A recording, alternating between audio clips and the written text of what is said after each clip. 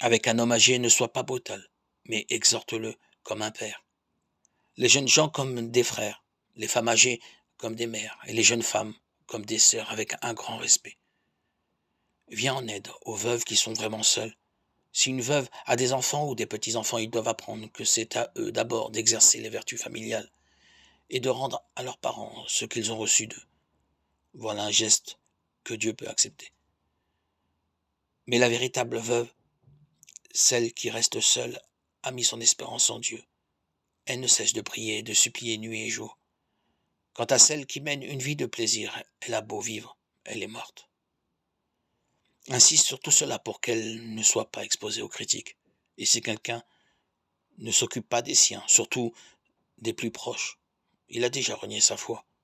Il est pire qu'un incroyant.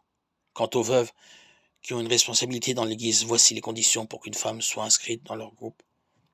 Être âgée d'au moins 60 ans, n'avoir eu qu'un seul mari, avoir des témoins du bien qu'elle a fait, avoir élevé des enfants, donné l'hospitalité aux voyageurs, humblement servi les fidèles, secouru les malheureux. Bref, il faut que dans tous les domaines, elle soit dévouée. Mais les veuves plus jeunes écartent-les de cette responsabilité.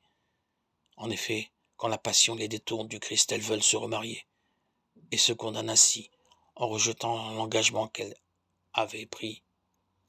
Et en même temps, elles s'habituent à ne rien faire. Elles courent toutes les maisons, non seulement sans rien faire, mais bavardant, s'occupant de ce qui ne les regarde pas, parlant à tort et à travers. Je veux donc que les plus jeunes se remarient, qu'elles aient des enfants, qu'elles tiennent leur maison, sans donner aucune prise à l'adversaire qui voudrait nous insulter.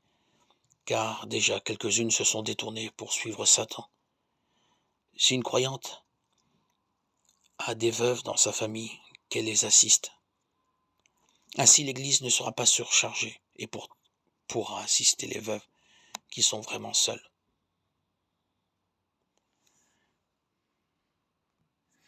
1 Timothée 5, 1 à 16.